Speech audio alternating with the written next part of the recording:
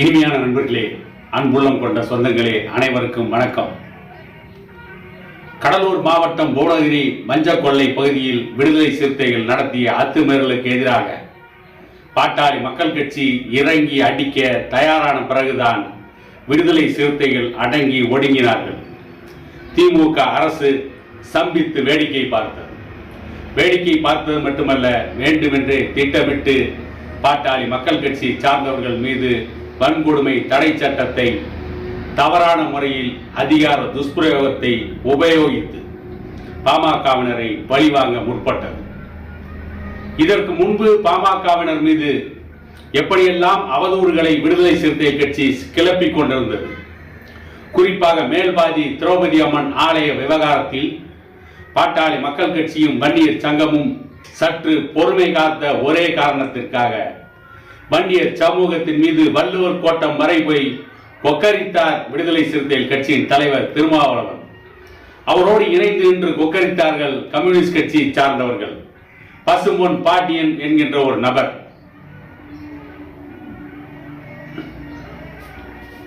இப்படி இவர்களெல்லாம் பாட்டாளி மக்கள் கட்சியை வம்புக்கு இழுத்தார்கள், வசைபாடினார்கள். வன்னியர் சங்கத்தை வம்புக்கு இழுத்தார்கள், வசைபாடினார்கள். வன்னியர்கள் மீது அவதூறுகளை கிளப்பி அடுக்கடுக்காக குற்றச்சாட்டுக்களை வாசித்தார்கள். ஆனால் எதுவும் உண்மை அல்ல என்பது நாட்டு மக்களுக்கும் மற்றவர்களுக்கும் நன்றாகவே தெரியும். இருந்தாலும் பொய்யையும் மெய் போல பேசும் கலையை வளர்த்து கொண்ட விடுதலை சிறுத்தை கட்சியை சார்ந்த பல ஊடகவியலாளர்கள் என்கின்ற போர்வையில் யூடியூப் வலைதள பக்கங்களில் அவதூறுகளை கிளப்பிக் கொண்டே இருந்தார்கள்.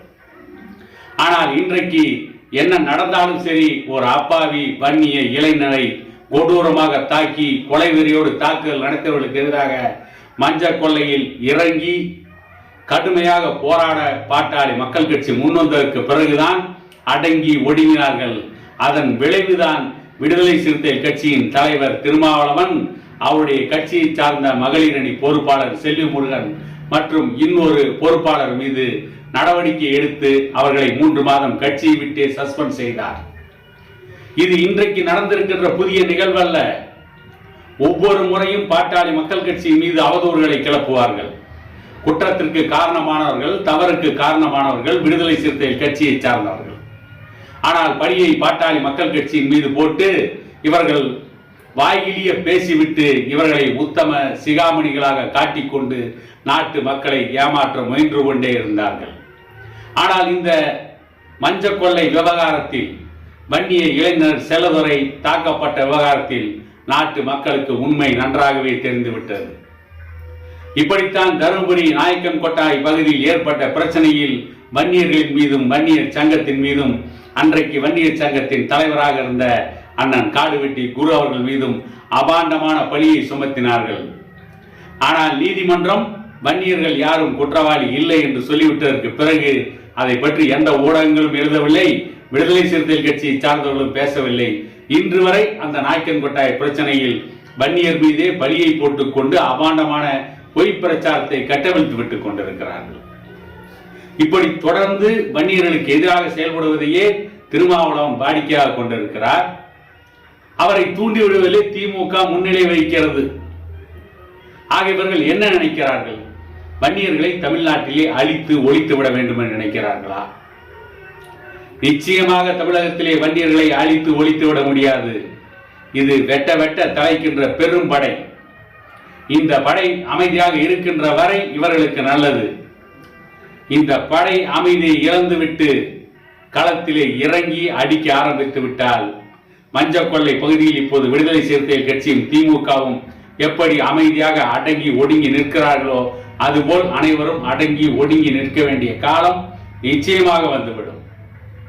ஆகவே திட்டமிட்டே வன்னியர் சமூகத்தை இளைஞர்களை தாக்குவது, காழ்ப்புணர்ச்சியோடு வன்னியர் சமூக இளைஞர்களை தாக்கிவிட்டு வன்னியர்களுக்கு ஜாதி வெறி இருக்கிறது என்று பேசுவது, அதுவும் பாட்டாளி மக்கள் கட்சியும் வன்னியர் சங்கத்தையும் 24 மணி நேரமும் ஜாதி வெறி கட்சி என்றே திருமாவளவனும் அவரை சார்ந்தவர்களும் சுபவீரபாண்டியன் போன்றவர்களும் முற்போக்காளர்கள் என்று சொல்லிக்கொண்டு முட்டுச்சந்திலே முணங்கி கொண்டிருப்பவர்களும் பாட்டாளி மக்கள் கட்சி மீதும் வன்னியர் சங்கத்தின் மீதும் பழியை போட்டுக் கொண்டே இருக்கிறார்கள். இந்த மஞ்சள் கொள்ளை விவகாரத்தில் கூட ஒரு ஊடகத்திலே பேசிய ஒருவர், விடுதலை சிறுத்தைகள் கட்சியை சார்ந்த ஒருவர், என்ன சொல்கிறார்கள்?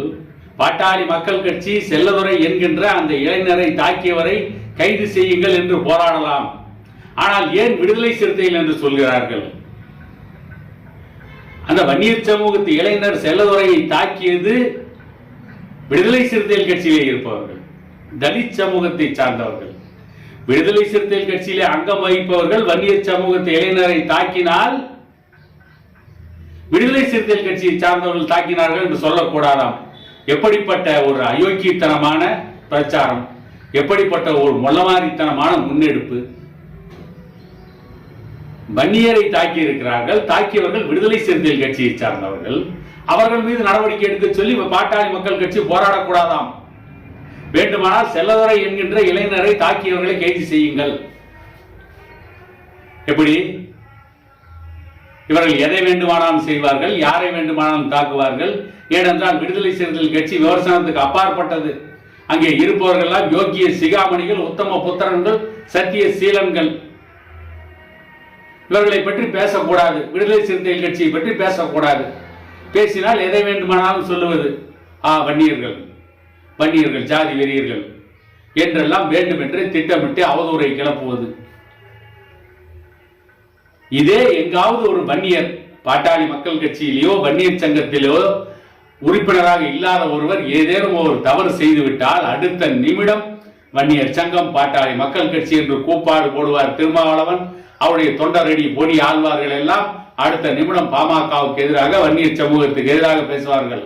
ஆனால் விடுதலை சிறுத்தைகள் கட்சி களத்திலே இறங்கி தெருவிலே போய்கொண்டிருந்த, ரோட்டிலே போய்கொண்டிருந்த ஒரு அப்பாவி இளைஞனை அடித்து உதைத்து குற்றுயிரும் குலையுருமாக நடு ரோட்டிலே போட்டுவிட்டு போனால் கூட விடுதலை சிறுத்தைகள் கட்சியை பற்றி சொல்லக்கூடாது. ஏனென்றால் இவர் எல்லோரும் மிகப்பெரிய சாதுக்கள், எதையும் செய்ய மாட்டார்கள். இவர்கள் குடிக்க மாட்டார்கள், கூத்தடிக்க மாட்டார்கள், நாடக காதல் செய்ய மாட்டார்கள், பெண்களை இழிவாக பேச மாட்டார்கள், மிகவும் யோக்கிய சிகாமணிகள், ஒழுக்க சீலர்கள்.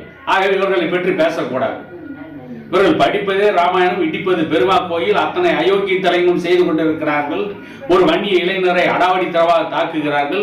இவர்களை பற்றி பேசினால் விடுதலை சிறுத்தைகள் கட்சி பேசாதே, பாட்டாளி மக்கள் கட்சி போராடட்டும். பாட்டாளி மக்கள் கட்சிக்கு ஆலோசனை சொல்வதற்கு இவர்கள் என்ன பெரிய சாணக்கியர்களா?